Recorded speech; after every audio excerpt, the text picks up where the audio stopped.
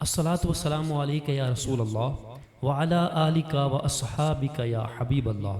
محترم ناظرین، آج کی اس ویڈیو کے اندر ہم حضور داتا گنج بخش علی حجویری رحمۃ اللہ تعالی علیہ کے اقوال سماعت کریں گے، ایسے اقوال جو زندگیوں کو بدل دیں گے۔ آپ ان کو مکمل سنیے گا، انشاءاللہ آپ کو زندگی میں بہت کام آئیں گے۔ تو آئیے شروع کرتے ہیں، لیکن اس سے پہلے آج ہم حضور داتا گنج بخش رحمۃ اللہ تعالی علیہ کا تعارف سماعت کرتے ہیں، اس کے بعد ہم اقوال سماعت کریں گے۔ منبع فیض عالم حضرت داتا گنج بخش سید علی بن عثمان حجویری جنیدی رحمۃ اللہ تعالی علیہ کی ولادت تقریباً 400 ہجری کو غزنی شہر یعنی مشرقی افغانستان میں ہوئی۔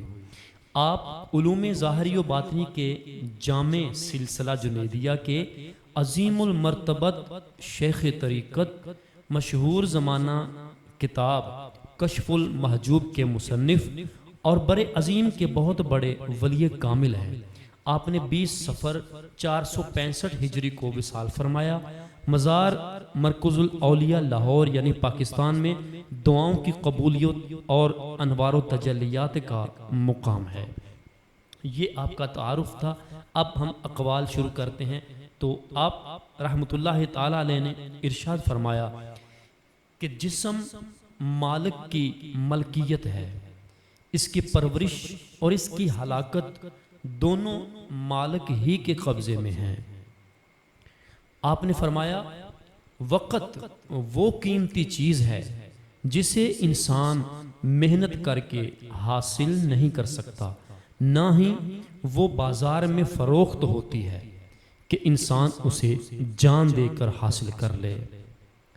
آپ نے فرمایا جو شخص صرف ظاہری چیزوں کو پسند کرتا ہے وہ حقیقت تک کبھی نہیں پہنچ سکتا۔ آپ نے فرمایا جو ظاہر میں الجھ کر رہ جاتا ہے کبھی حقیقت کو نہیں پہنچ سکتا۔ آپ نے فرمایا طالب یا مرید حق تعالی کا حق اس وقت ادا کر سکتا ہے جب وہ دنیا و آخرت کی تمام خواہشوں سے خود کو محفوظ رکھے اور یکسو ہو کر اللہ کی عبادت میں منہمک رہے، کیونکہ جب تک حق تعالی کی عبادت کسی اور شے کے لیے کرتا ہے تو گویا وہ اپنی پرستش کرتا ہے، نہ کہ اللہ تعالی کی۔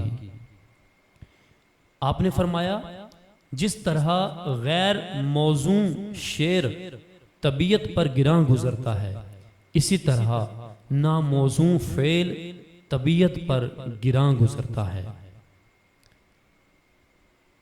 آپ نے لکھا احمد بن فاتق حسین بن منصور رحمۃ اللہ تعالی علیہ سے روایت کرتے ہیں کہ کسی نے ان سے پوچھا صوفی کون ہے؟ انہوں نے فرمایا واجدون الذات، یعنی وہ لوگ جنہوں نے ذات باری تعالی کو پا لیا۔ آپ نے فرمایا نفسانی اغراض یعنی نفس کی خواہشات کا حاصل ہونا دوزخ کی کنجی ہے۔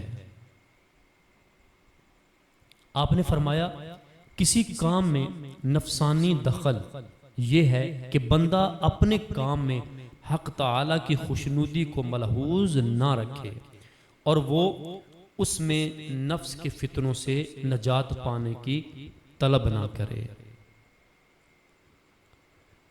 آپ نے فرمایا وہ لوگ جن کی سرشت و عادت ہی انکار حق ہو اور باطل پر قائم و برقرار رہنا ہی جن کا شعار ہو، وہ مشاہدہ حق یعنی معرفت انوار ذات الہیہ کی راہ سے ہمیشہ محروم رہیں گے۔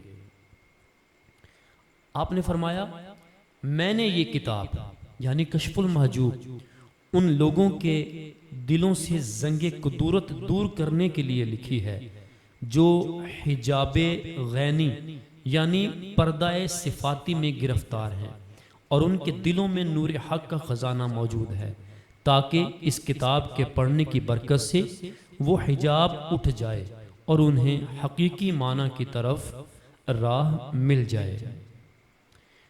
آپ نے فرمایا جب بندے کا دل دنیاوی صفات سے آزاد ہو جاتا ہے تو اللہ تعالیٰ اسے دنیاوی قدورتوں یعنی میل کچیل سے پاک و صاف کر دیتا ہے۔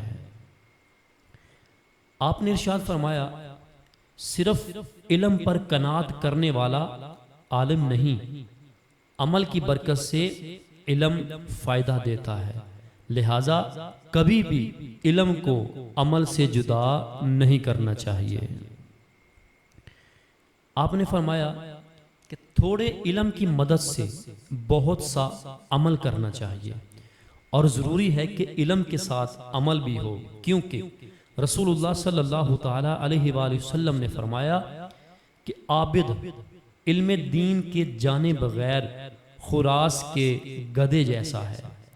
حضرت صلی اللہ تعالیٰ علیہ وآلہ وسلم نے بے علم عابدوں کو خراس کے گدھے سے مشابہ فرمایا ہے کہ وہ کتنا ہی گھومے اپنے پہلے ہی قدم پر رہتا ہے اور آگے راستہ طے نہیں کر سکتا۔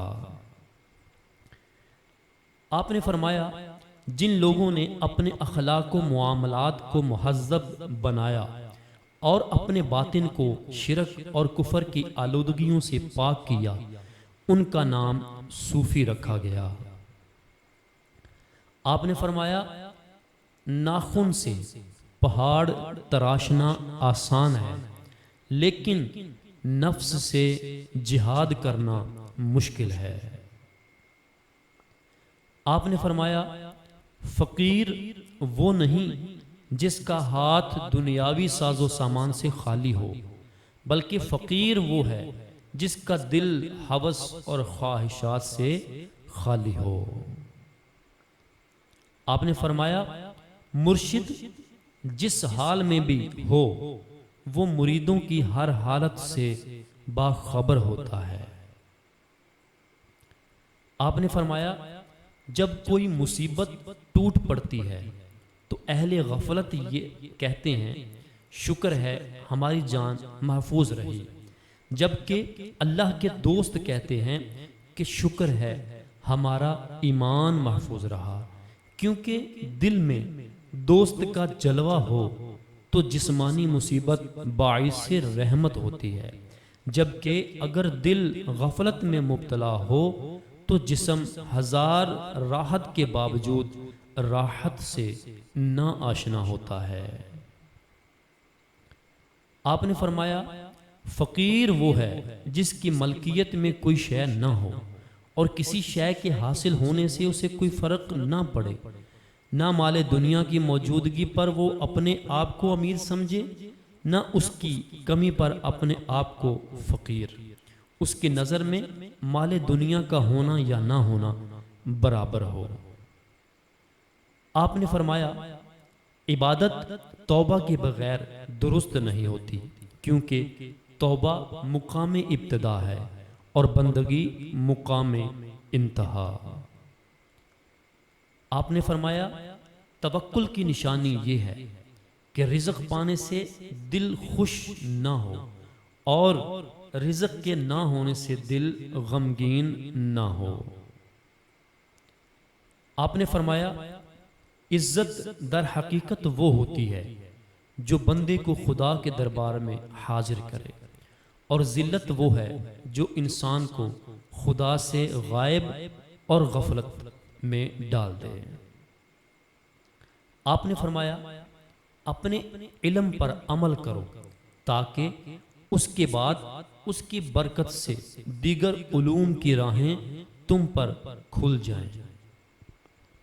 آپ نے فرمایا صوفی وہ ہے جو خود کو فنا کر کے حق کے ساتھ باقی ہو جائے۔ جی محترم ناظرین، امید ہے آج کی یہ ویڈیو آپ نے مکمل دیکھی ہوگی اور جو اقوال ہم نے سنے ہیں ان کو سن کر آپ کو بہت فائدہ حاصل ہوا ہوگا۔ اگر آپ اس طرح کی مزید ویڈیوز دیکھنا چاہتے ہیں تو ہمارے چینل فیضان حدیث ٹی وی کو سبسکرائب کیجئے اور ساتھ ہی بیل نوٹیفیکیشن کو آل پہ پریس کر دیجئے۔ بیل نوٹیفیکیشن کو پریس کریں گے تو اس کے اوپر آل کا آپشن آتا ہے، آپ اس کو پریس کر دیں۔ اس کا فائدہ آپ کو یہ ہوگا کہ ہم جب بھی ویڈیو کو اپلوڈ کریں گے تو آپ کو سب سے پہلے مل جایا کرے گی۔